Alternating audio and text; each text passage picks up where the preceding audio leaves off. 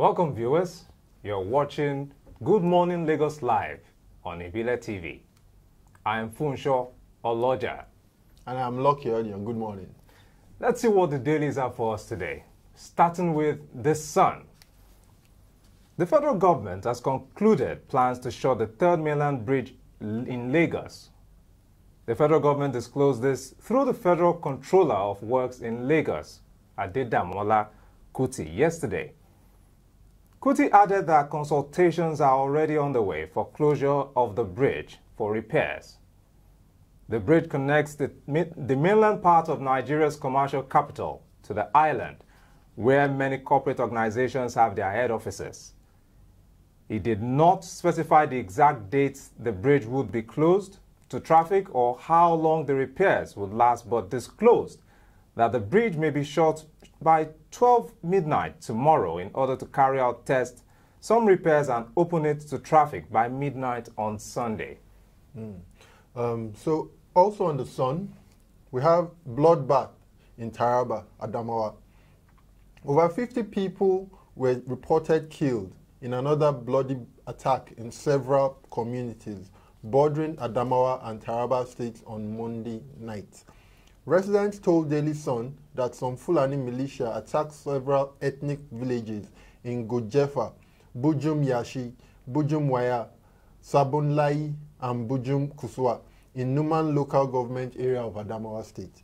Other communities affected by the onslaught include Anguwan, Bishop, Yoti, Todung, Budun, Buzum, and Bumga Dutse in Taraba State. That's on The Sun. We'll be moving over to the Vanguard. What's the Vanguard saying today? On Vanguard, they say MTN may shut down network over NLC picketing. This is a strong indication that if the picketing of its companies by the Nigerian Labour Congress NLC continues, telecom company MTN Nigeria may shut down its network. This undoubtedly may have untold consequences on the economy as millions of Nigerian subscribers and other telecom service providers connected to its network will be down and out. That's going to be really disastrous. Yeah, still on the Vanguard, said gang up by parties can't stop Buhari APC. In Ekiti, the All Progressive Congress APC has affirmed that no gang up directed against the Muhammadu Buhari-led administration would work as it yesterday called on all those with grievances against the party to retrace their step, while the windows of reconciliation are still open. The party's assertion, nonetheless, two of its members in the House of Representatives yesterday formally announced their defection to the People's Democratic Party, PDP-led alliance of opposition political parties. Moving on to Guardian. World Bank, CBN new law for model mortgage regime. The World Bank and Central Bank of Nigeria, CBN, have initiated collaborations in efforts to review the existing Land Use Act laws and create enabling environment for the mortgage activities to thrive in the country. The move aimed to enhance housing delivery in the country is coming on the heels of an affirmation that Nigeria has about 16 housing deficit, which needs to be closed. The World Bank has already extended a $300 million lifeline credit to the country of the Nigerian Housing Finance Program, NHFP, meant to boost mortgage finance and refinancing. Still on The Guardian, we have a piece here that says the U.S. condemns Plateau attacks, warns on illicit arms ahead of 2019 polls. The Deputy Chief of Mission at the United States Embassy in Nigeria, Mr. David Young, has condemned the June 24, 2018 attack in Plateau State that killed over 200 people, urging security agencies to prevent a recurrence. Mr. Young, who visited scenes of the attack and later the state governor's office, Simon Long, expressed concern by the U.S. that the violence could precipitate reprisals, leading to an orgy of bloodletting. It is very essential to address this issue of impunity. The law enforcement agency will have to react very quickly to get to the scene to prevent an escalation of even more horrific violence from happening. It is important for law enforcers to be well trained. They have to be well paid and have to be ready to respond to emergencies, he said. We'll be moving on from The Guardian, and we'll be taking what the dailies is saying on The Punch. Yes, on The Punch, asset forfeiture. Why we are stripping president of his power. The Speaker of the House of Representatives, Mr. Yakubu Dogara, on Tuesday defended the move by the legislature to strip the president of his power to order forfeiture of assets held by persons facing criminal prosecutions. He said it will deepen democracy and give all arms of government the chance, to perform their duties with efficiency. The Speaker explained the discretionary power being sought for the judge of the High Court. It is essential in order to ensure that the course of justice is protected in the Nigerian socio-economic space. Okay, rounding up on The Punch, Ekiti poll, PDP mocks APC, fire me over rally. The People's Democratic Party has described Tuesday's rally of the All Progressive Congress in Ekiti as a charade and another mockery on the party and its governorship candidate, Dr. Kayode Fayemi.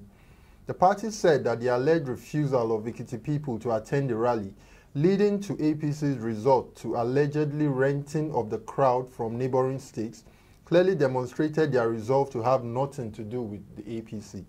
National Publicity Secretary of the PDP, Mr. Kola Ologbodiyan, said in a statement in Abuja on Tuesday that Nigerians watched in amusement as even the alleged rented crowd refused to respond to the APC slogan or brandish their brooms, for which he said Governor Abdulaziz Yari of Zamfara State openly nagged them for sleeping at the rally.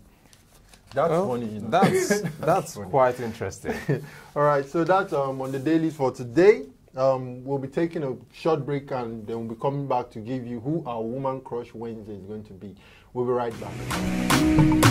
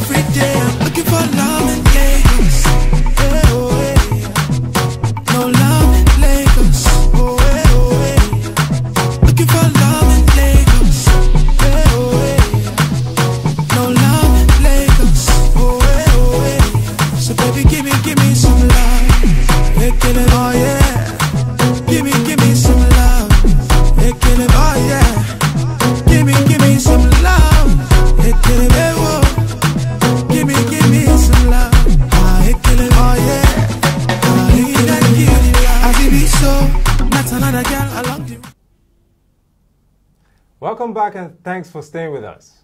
Our Women's Crush Wednesday for today is Mrs. Oluremi Tinubu. Oluremi Tinubu, born 21st September 1960, is a former First Lady and currently a Senator of Lagos State. She is a member of the All Progressive Congress APC. Early life and education.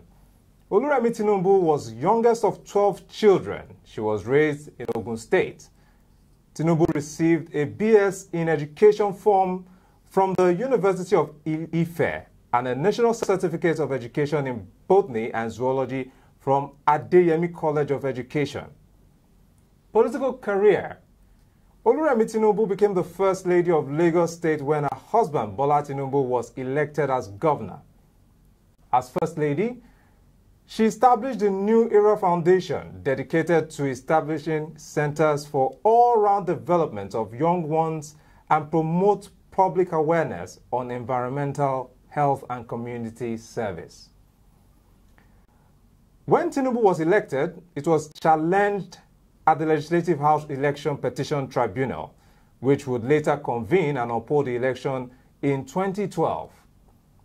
Tinubu was one of over 100 senators elected in the 80th Assembly in 2015. However, only 6 of these were women. The others were Stella Odua and Uche Ukwenife, who both represent Anambra, Fatima Raji Rasaki, Rose Okoji Oko, and Binta Gaba. Personal life. Oluremi is married to former governor and senator of Lagos State, Bola Tinubu. She is a Christian. Thanks to Wikipedia for this information. And over to you, Lucky. What's today's quote? Well, I like to chip in something there. They said, what a man can do, a woman can do better. I think she has actually done better for her. I think, yes, she's done quite well for herself. Really well, really well. She's done quite well for herself. Really well for herself. Yeah. No, and quote for today is either you run the day or the day runs you. That's the quote for today. So if you don't want today to run you, you had better plan yourself and run the day. Or what do you think? Yeah, I think so. Okay. That's a good one. So, very quickly, if you'd like to follow us on our social media platforms, just follow at ibile.tv, at IBILEDOT.TV. So on all our social media platforms, you can as well subscribe to our YouTube channel and leave your comments on any of them. We'll be happy to receive from you. Yeah, have a lovely day. Thanks for watching. Bye. Goodbye.